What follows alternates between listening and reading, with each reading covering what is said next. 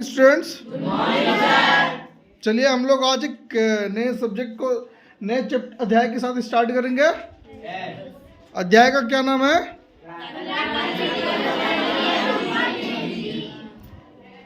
ठीक है।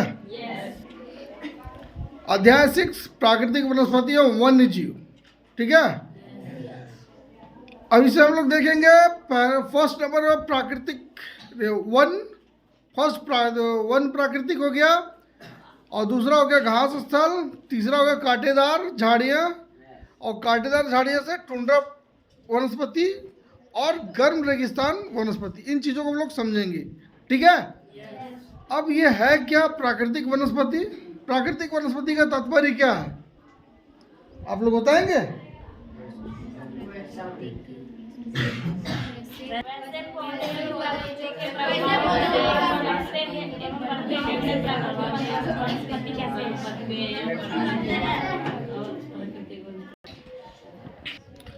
प्राकृतिक वनस्पति का तात्पर्य है जो प्राकृतिक की परिप्रेक्ष्य में, प्राकृतिक की देख रेख में वो पनपते हैं, बढ़ते हैं, फलते हैं, फूलते हैं, वो प्राकृतिक वनस्पति होते हैं। ठीक है। जो प्राकृतिक वनस्पति होते हैं उनसे इनका अगर देखेंगे तो 3 प्रकार की वनस्पतियां पाए जाते हैं। पहला वन प्राकृतिक, दूसरा हो गया घास का स्थल, ठीक है, और तीसरा हो गया कांटेदार झाड़ियाँ।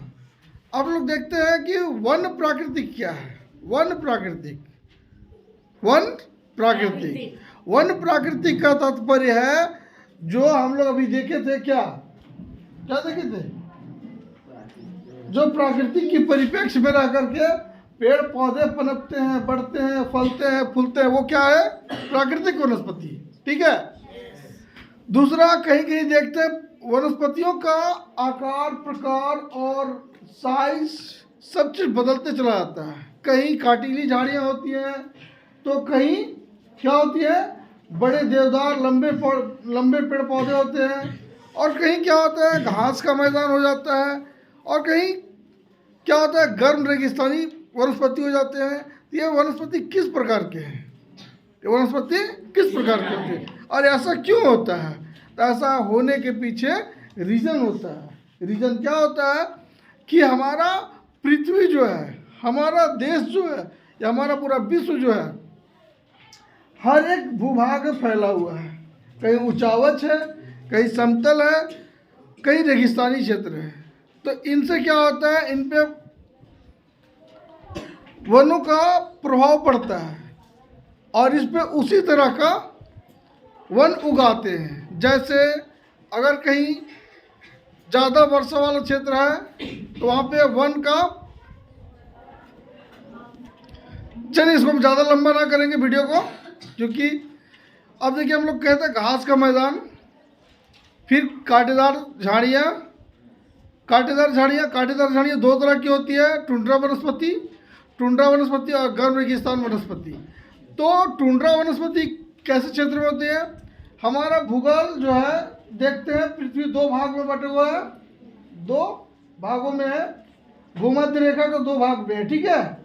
भूमध्य रेखा किसे कहते हैं? पृथ्वी के 2 समान भागों को बांटने वाली रेखा को भूमध्य रेखा कहते हैं।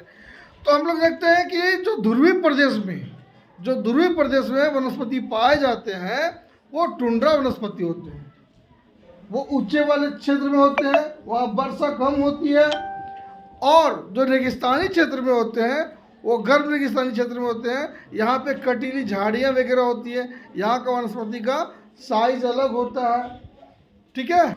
चलिए हम लोग ये देखेंगे, वन को हम लोग क्या कहते हैं? हरा सोना कहते हैं। क्यों?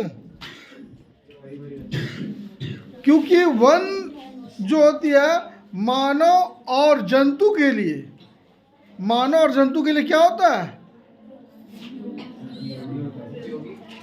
उपयोगी होता है। इसके बिना जीवन सरवाइव कर पाना संभव है नहीं। क्योंकि वन हमें क्या देती है? ऑक्सीजन देती है। और क्या प्राप्त होती है?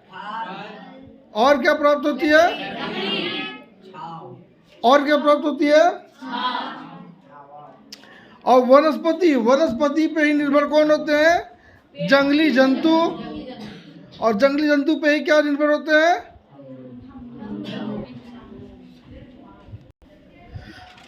इस तरीके से क्या होता है कि वनस्पति पे निर्भर होते हैं और वनस्पतियों पे शाकाहारी जंतु निर्भर होते हैं, शाकाहारी जंतुओं पे मांसाहारी जंतु निर्भर होते हैं। इसी तरह का चैन सर्कल चलते रहता है और हमारा जो